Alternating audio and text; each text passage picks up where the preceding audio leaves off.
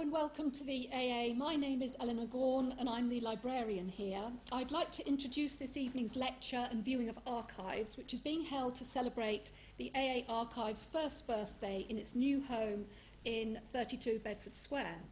I'd also like to introduce Edward Bottoms, the AA archivist, who with Hinder's help and support has worked with such passion and enthusiasm and professionalism to get the archives sorted out so they're better catalogued, managed and easier to consult.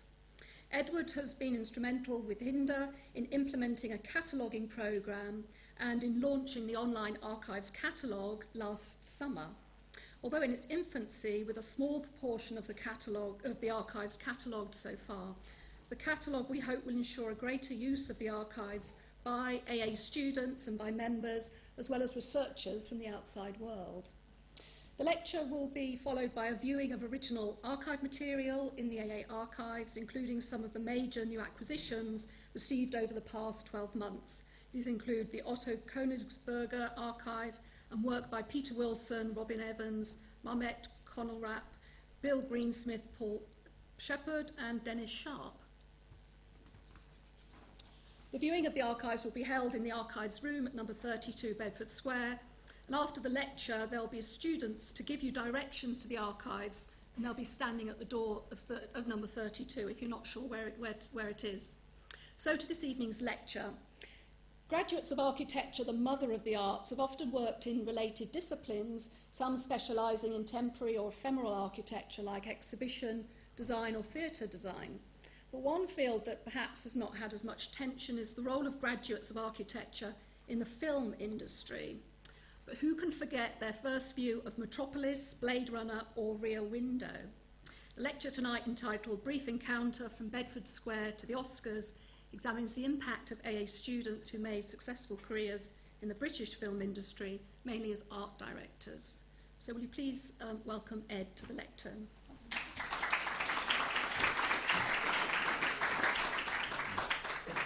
Thank you very much, Eleanor. And thank you all for coming.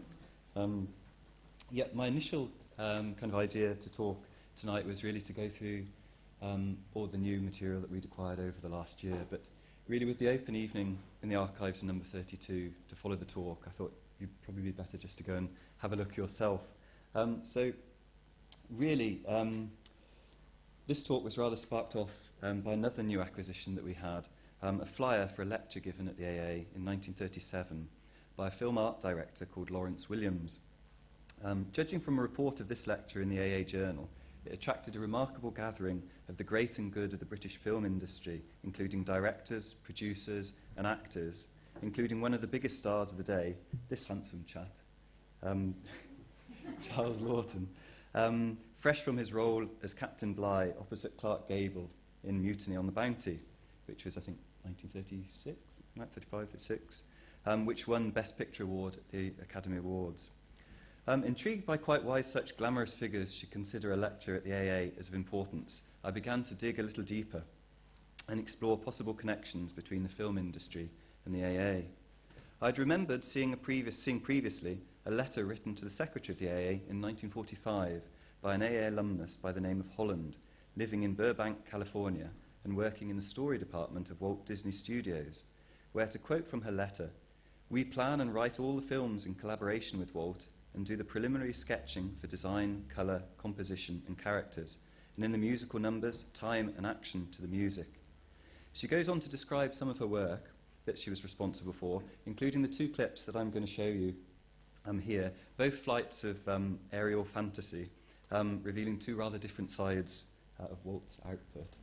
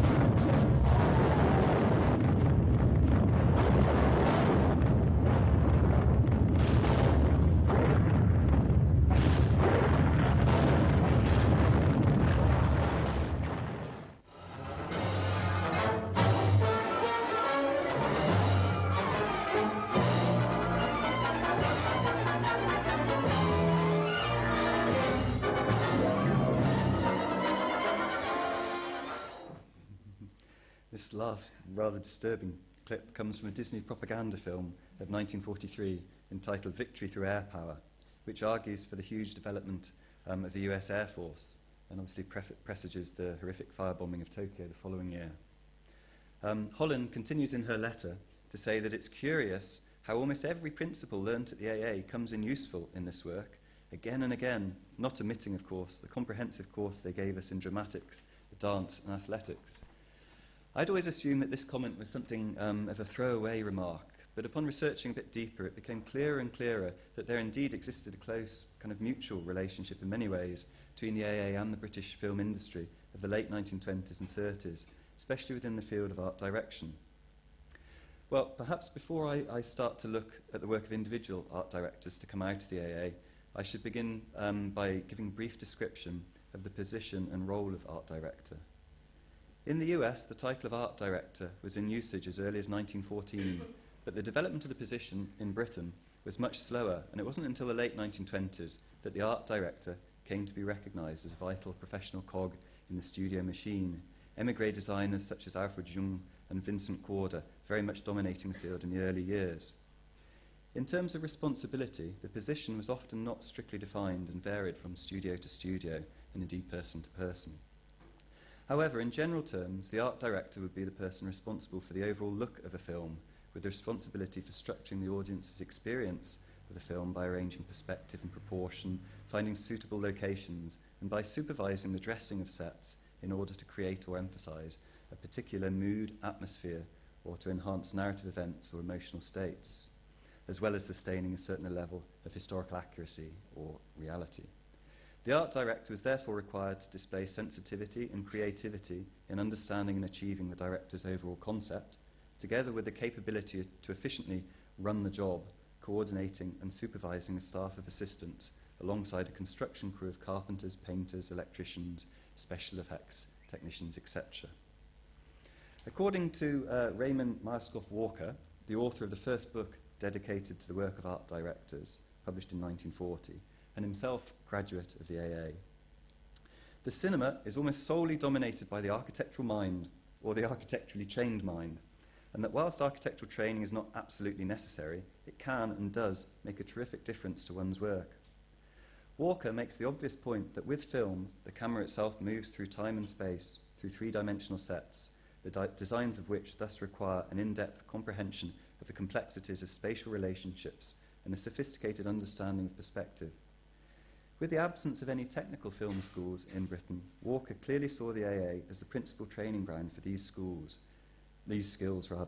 citing the work of his own AA art master, John Holmes, who published a series of textbooks in the early 30s on perspective and the use of shadow and use of colour.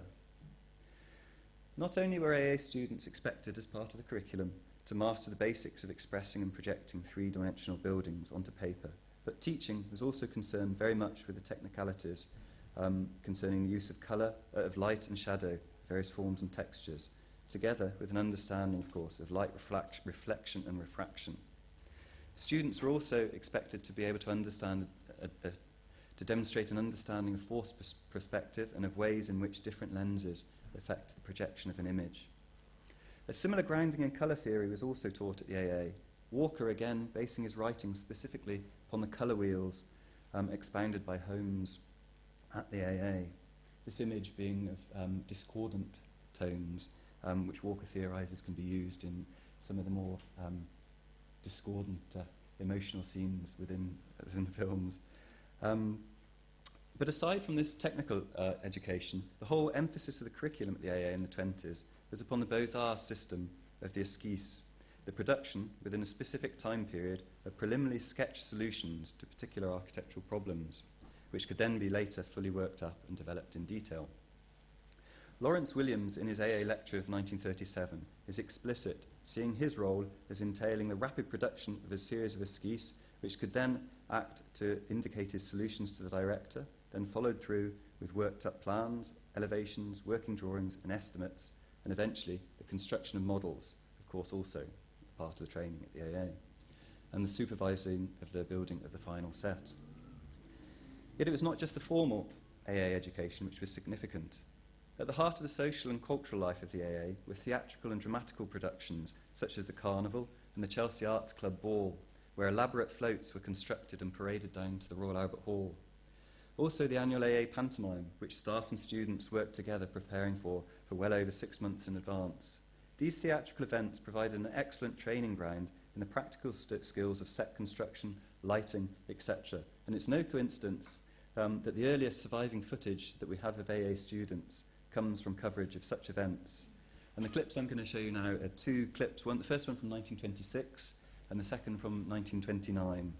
Again, they're both for the preparations for the Chelsea Arts Club Ball.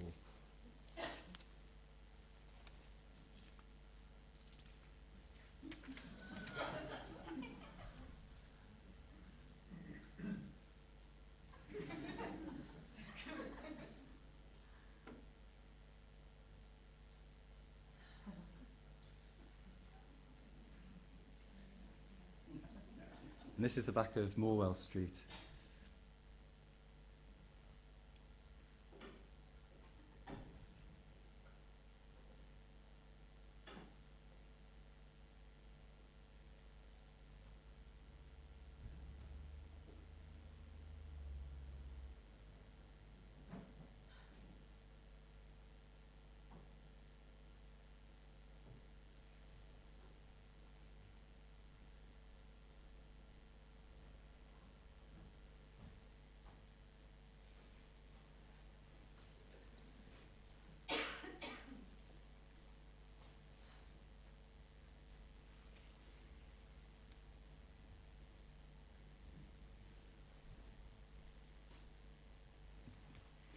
It's possible to see the pantomime as very much a training ground for those students destined for the movie industry.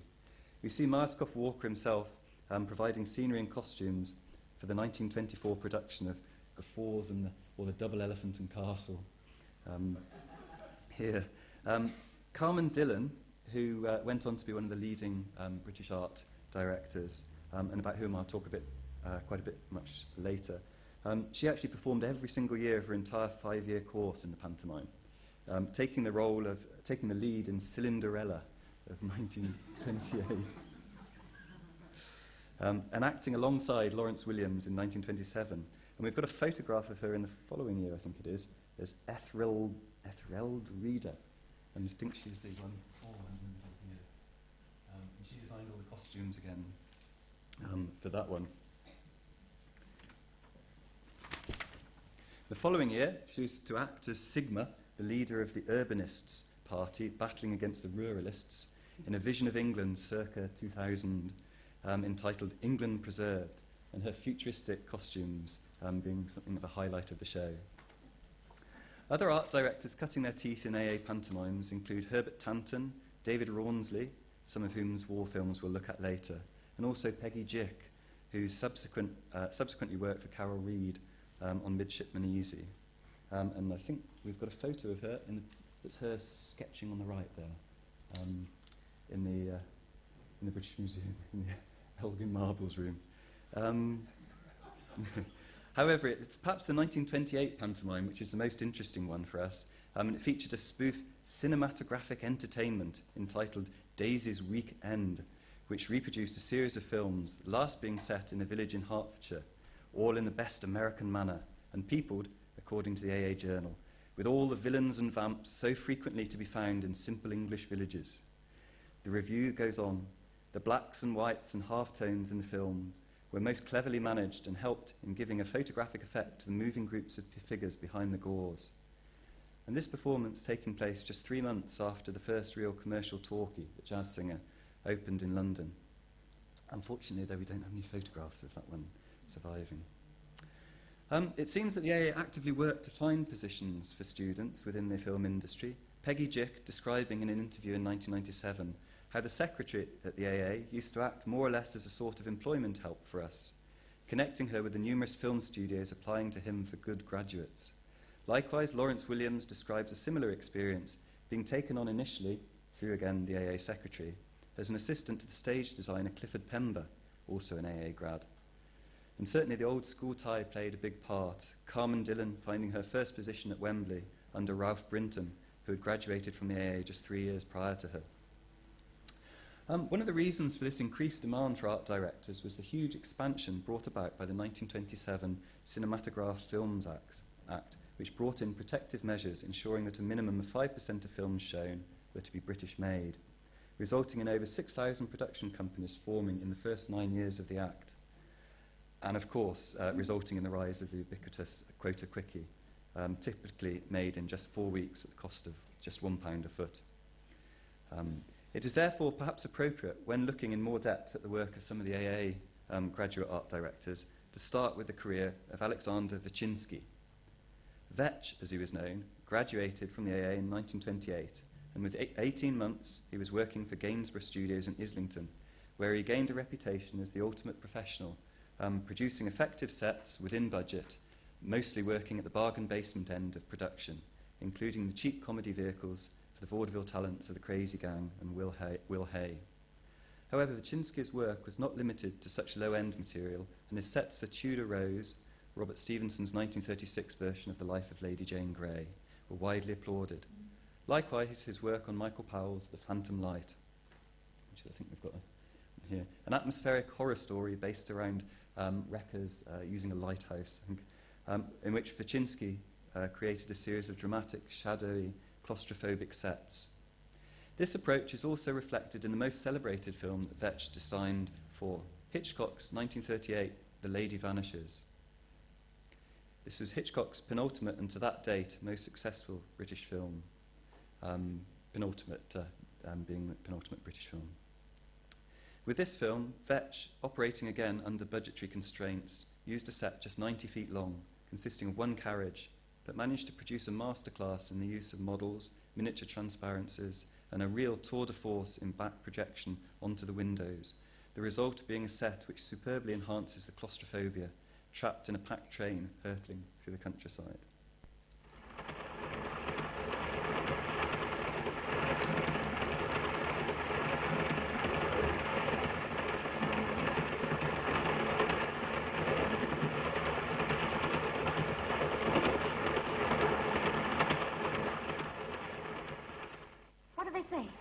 So they've never seen her. But that's not true. She was sitting where you are. But can you describe her? Well, it's a bit difficult. You see, she was sort of middle-aged and ordinary. Well, what was she wearing? Well, what's the matter? Look.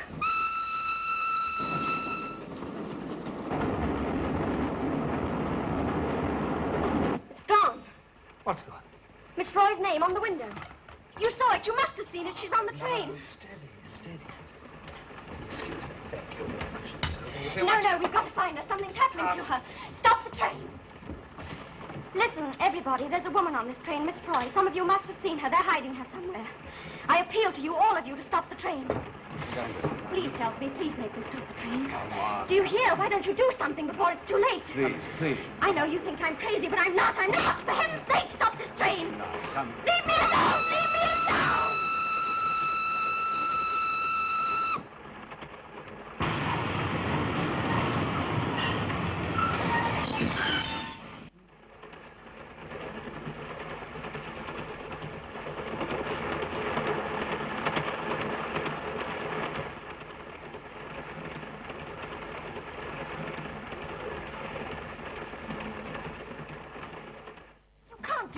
Don't worry, it's in the next door. You carry on keeping fit. Touch your toes, stand on your head, do anything. Whatever you do, don't fall asleep.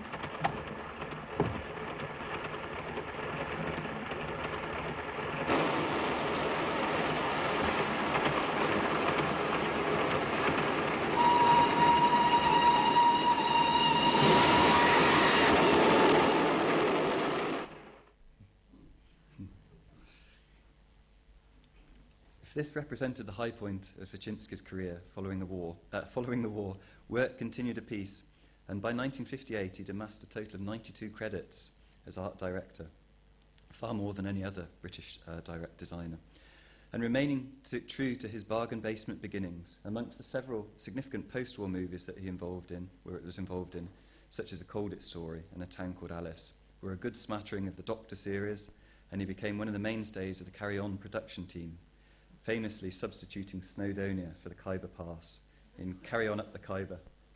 And so the British carried on with their carefree life, little knowing that high in the snow-capped mountains to the north, the spark was soon to be lit that would set Calabar ablaze. Here was the famous Khyber Pass, the gateway to India. This was a vital key point, guarded night and day by a detachment of the celebrated Highland Regiment, the 3rd Foot and Muff. Fearless fighting men, aptly referred to by the natives as the devils in skirts. If Vetch represented the lower end of the budget, Lawrence P. Williams was at the opposite end of the scale, working for Herbert Wilcox's British and Dominion films at Elstree Studios. For him, the experience was quite different, travelling all over Europe during the 1930s, visiting Hungary, Italy, Germany, France, Spain, all on funded research trips. And by the end of the decade, he was the highest paid British art director. His early films are interesting and they display an interest in modern design. Films such as On Approval and Sorry You've Been Troubled, being characterised by Art Deco interiors, complete with tubular steel furniture. I think you can see a Royer club chair, is it, there on the left. However, his later work at Elstree verged more towards the successful big production historical drama slash biographies such as Victoria the Great and 60 Glorious Years, the latter being essentially the same as the first, but in colour, requiring the painstaking work of accurately and convincingly recreating period detail, Williams gaining unprecedented access to Balmoral, Windsor and Buckingham Palace, gone too far, to photograph the interiors, and here's one of his recreations.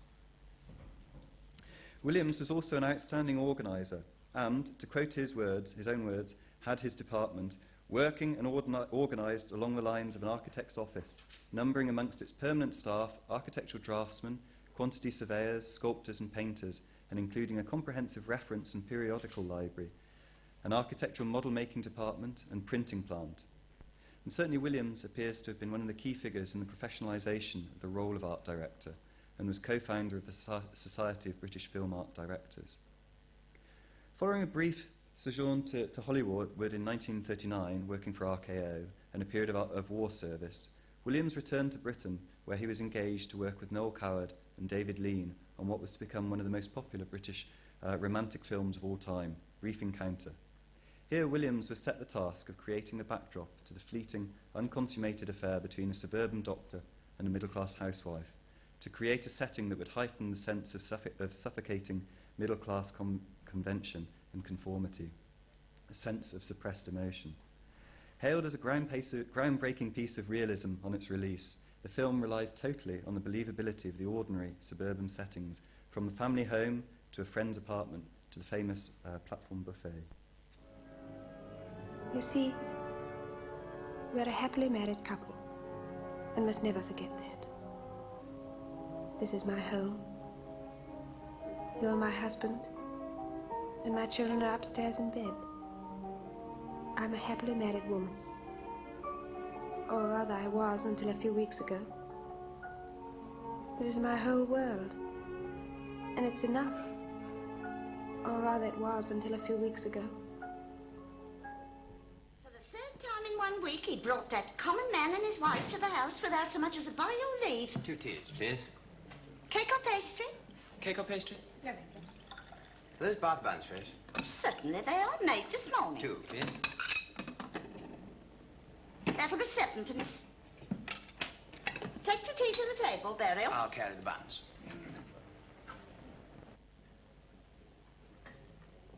You must eat one of these, fresh this morning. Very fattening. I don't hold with such foolishness. They do look good, I must say. I stared out of that railway carriage window into the dark and watched the dim trees and the telegraph posts slipping by. And through them I saw Alec and me. Alec and me. Perhaps a little younger than we are now, but just as much in love and with nothing in the way. I'm going back.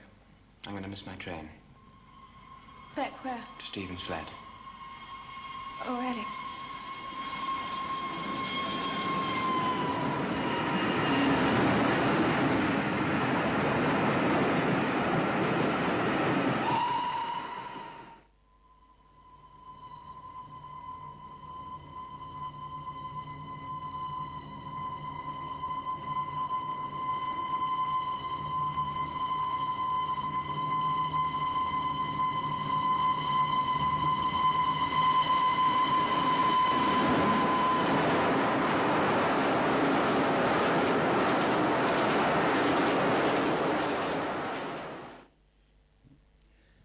Filming on location in wartime brought its problems for an art director. Brief Encounter required a busy junction as a location, but the strict blackout regulations forced Williams to extend his search way beyond London region to Carnforth, Lancashire.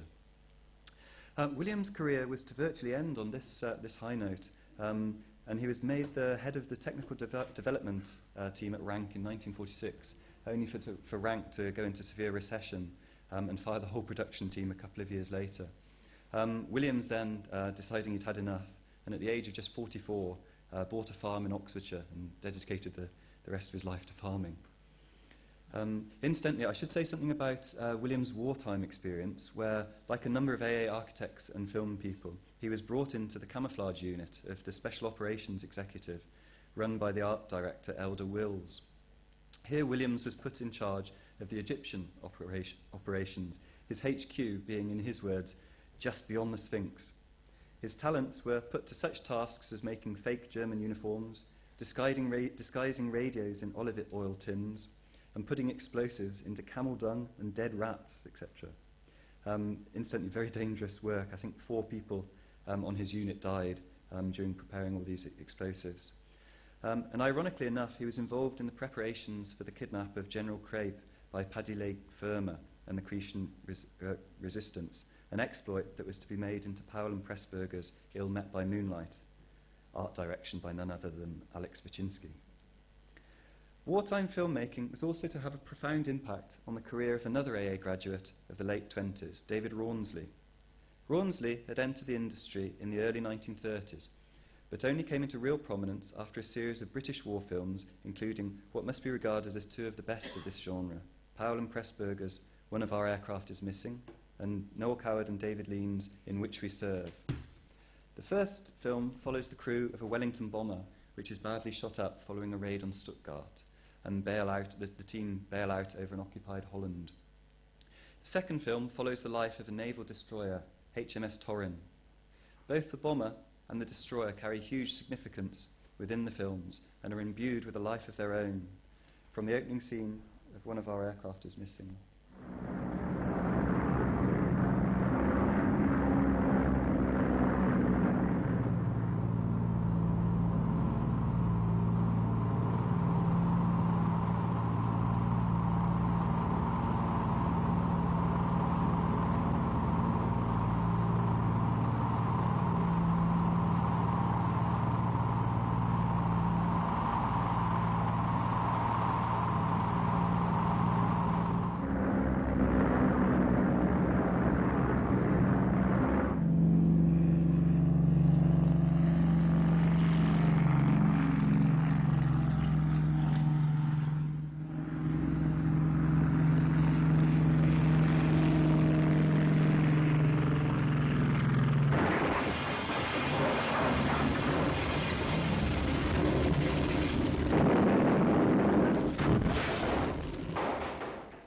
Terrible lot of explosions tonight in this talk. For In Which We Serve, the life of HMS Torrin is traced through its construction in the shipyards, through its launch, to its eventual sinking, told through a series of flashbacks as the sailors struggle for survival in a life raft under the strafing fire from German planes. This is the story of a ship.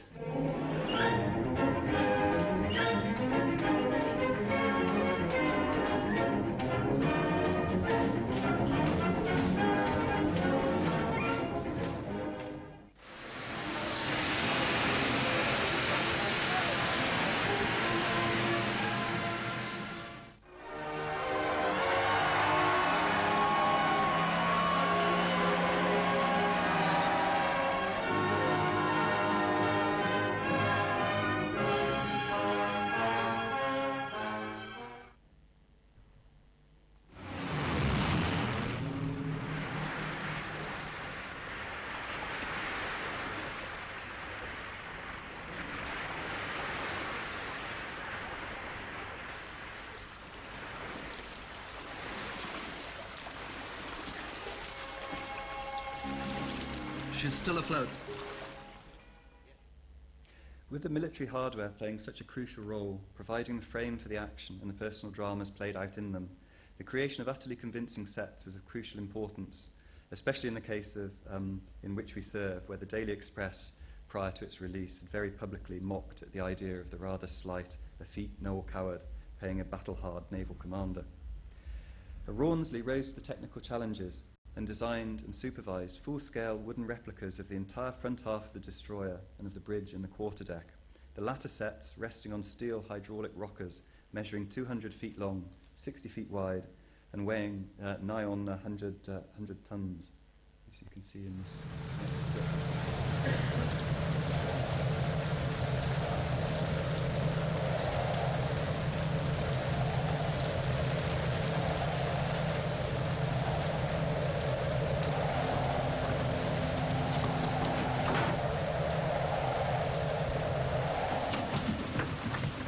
Report through to TS when closed up and cleared away.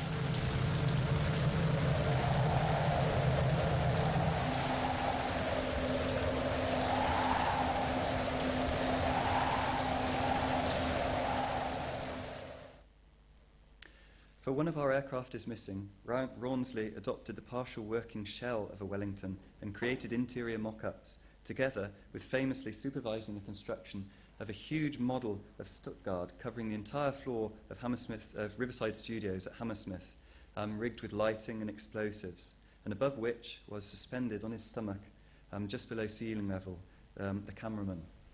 And you can see, again in this clip, the extent of the set. Collie, it's a wizard fire.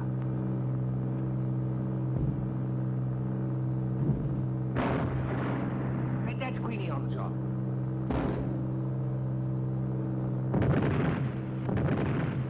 And that'll be Tommy.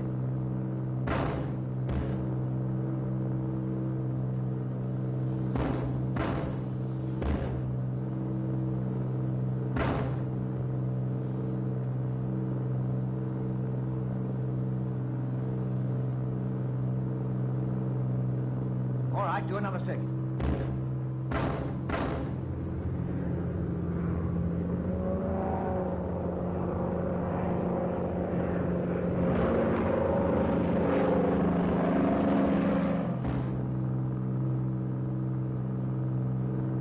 Arm doors. Arm doors here. Okay, let's go down. Going down.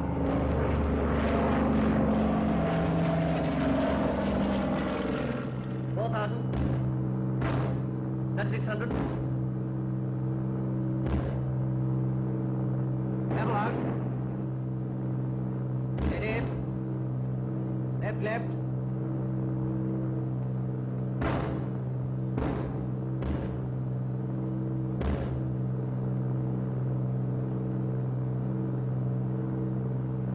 Steady. All bombs gone.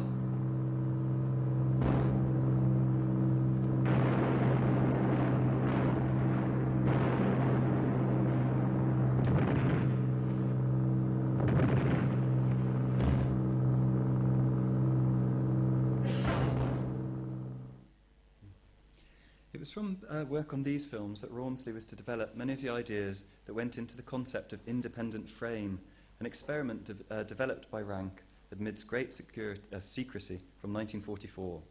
Headed by Rawnsley and a team of 29 specialists, independent frame was heralded as a great revolution in the way films were to be produced, relying on intensive pre-production planning and the use of incredibly detailed picture scripts, coupled with extensive use of rear projection screens, hanging foreground transparencies and techniques such as the Schuftan process. Rawnsley claimed that not only would shooting time be reduced by a third, but studio space would be reduced by a half, and electricity consumption by 90%. Needless to say, after spending nearly £1 million on its development, Rank was hit by recession, and amidst criticism from technicians and directors, some of whom who saw independent frame as stultifying creativity, the process was abandoned by 1950. Although many of the concepts were to be later taken up and used effectively in TV production. Rawnsley left in disgust for Paris, where he took up pottery, working successfully as a potter later in London, then the Bahamas, Mexico, and then California. While wartime films proved to be the highlight of both Williams and Rawnsley's careers, they also brought the name of Carmen Dylan to the forefront. After graduating from the AA in 1930, she was the first 25 years of her 35-year career the only female named art director working in Britain, and had to contend with considerable levels of prejudice, recalling in a later interview how at her first job at Wembley Studios, which was run by a nasty little man who didn't like having women there at all, I wasn't allowed to wear trousers, and I wasn't to mix with the workmen or anything. But then came the war, and my boss, who had been my sort of superior as an architecture student, this is the art director, Ralph Brinton, had to go back into the Navy, so I had to take over, more or less.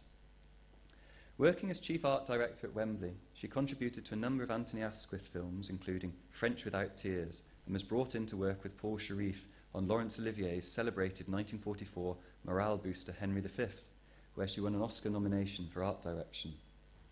Perhaps the most innovative and remarkable dramatic device within the film is the setting of the first and last sections in Elizabethan costume within a reconstruction of the Globe Theatre, whilst the middle section is played in 15th century costume in settings of heightened artificiality, reminiscent of French Gothic illuminated manuscripts, such as the Duc de Berry's Tres Richeurs.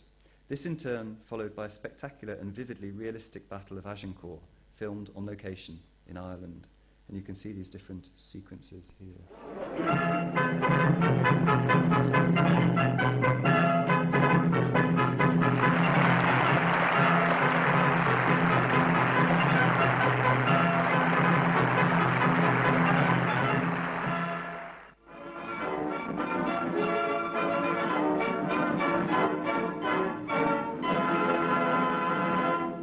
Peace to this meeting, wherefore we are met.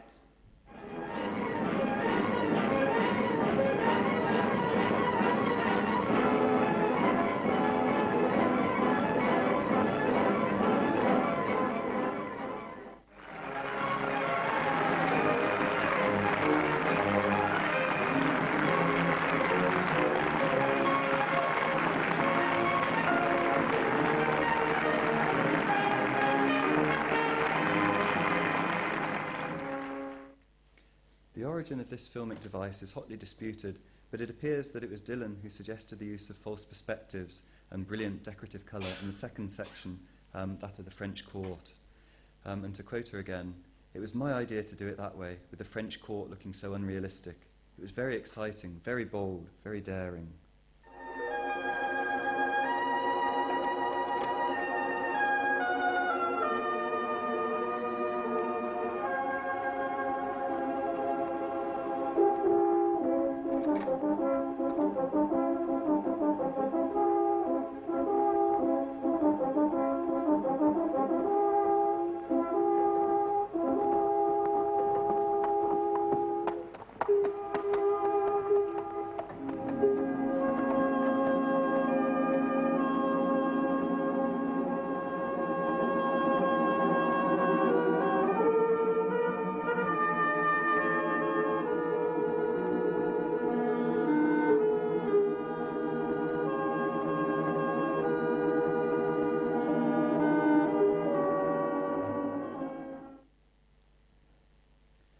For Olivier's Hamlet, 3 years later, working with Roger Furse, she was finally to win the AA's one and only Oscar. This film, again exploring the relationship between stage, theatre and film, was shot in black and white with the express intention of producing the impression of an etching.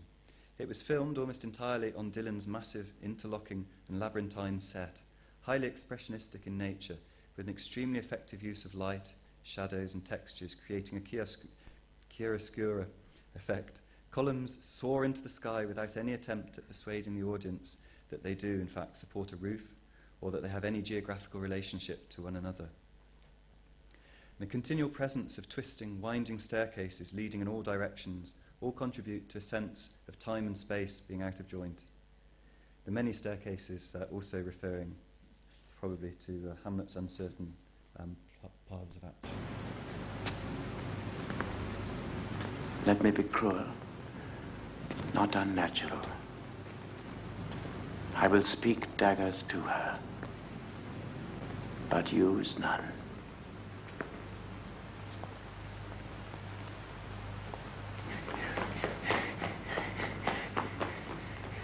My lord. He's going to his mother's closet. Behind the arras, I'll conceal myself to hear the process. Mother? Mother? I warrant you, fear me not. Withdraw, I hear him coming.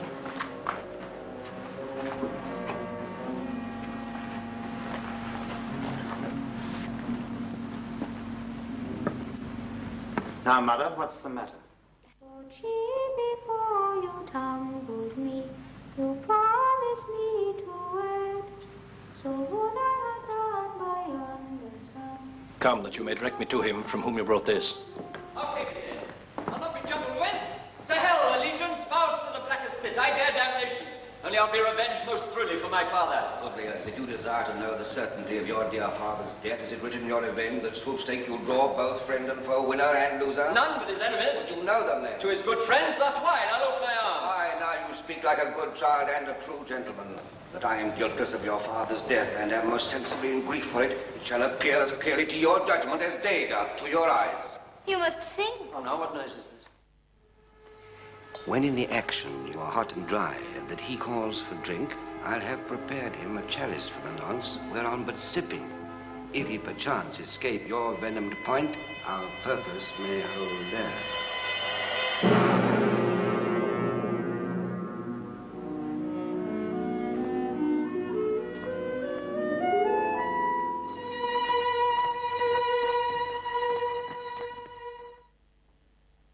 On a purely technical level, Dylan also had the responsibility of ensuring all the set sections secured together and meshed properly, as well as making sure all the cantilevers and the camera towers operated properly. Following this success, Dylan continued to work for Olivier on Richard III, and then later, in 1957, on The Prince and the Showgirl with Marilyn Monroe. Other significant movies being Sapphire of 1959, a searing expose of racism framed within a murder mystery. The 1960s and 70s saw her draw her long career to a close with work on such film as Julia and even the first of the Omen series. And in the late 1960s, she did some wonderful work with Joseph Losey on the films Accident, which is 1967, and The Go-Between, 1970, in which she created the respective worlds of academia and the English country house. And as a conclusion, I'd like to quote from a letter held in the BFI archives from Dirk Bogarde to Carmen Dylan, written just after filming had finished on The Accident. To me, it sums up in a remarkable way not only Dylan's very special skills, but also the ideal role of the art director. We have worked so many times together before, but never, I venture to think, on a picture which has been so demanding, so exhausting, and so emotionally charged all round for all of us. I know that I have never had a part like Stephen before. He was my sort of Hamlet, if you know what I mean, and meant so very much to me. The sets which you made for me and my life were magically helpful to me and to my work. My study and the silly details in it, my own house, spare and tumbled with the feel of children and family life, Francesca's sterile little flat, all these things gave me so much more depth and I can never repay you. My deep and grateful thanks to you for giving me the dimension and atmosphere which I needed to try and create a person like Stephen. And I hope this little clip, to finish with, will bring us full circle back to Bedford Square.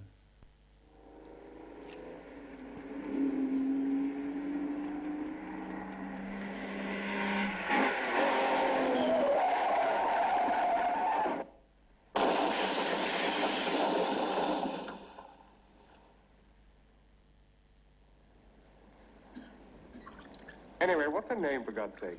Her name. No, I remember her name. It's Anna von Graz and Dorden. German? Austrian. Well, come on. What do you think of her?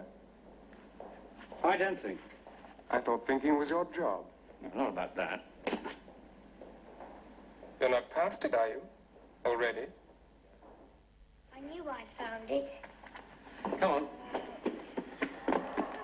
Oh. Up you come, madam. Go sit over here. There, in the corner with me. There we are. Now, who's going to start? You start. All right, where? There.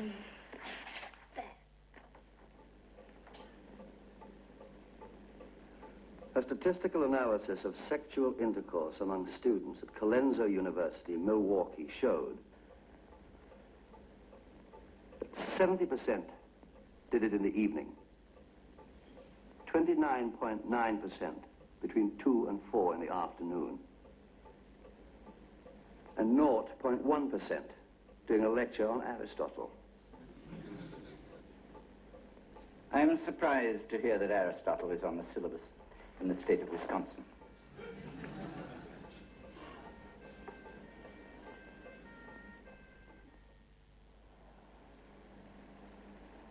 Francesca?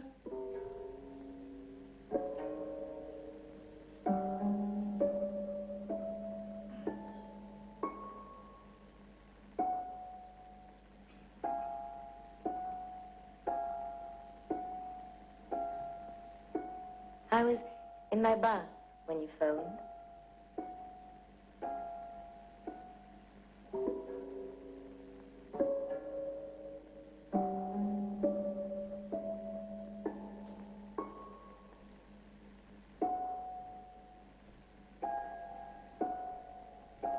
You haven't changed at all.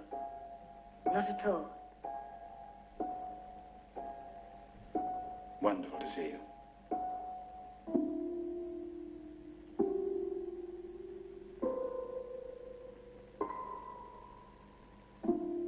I was in my bath when you phoned. Oh, thank you very much.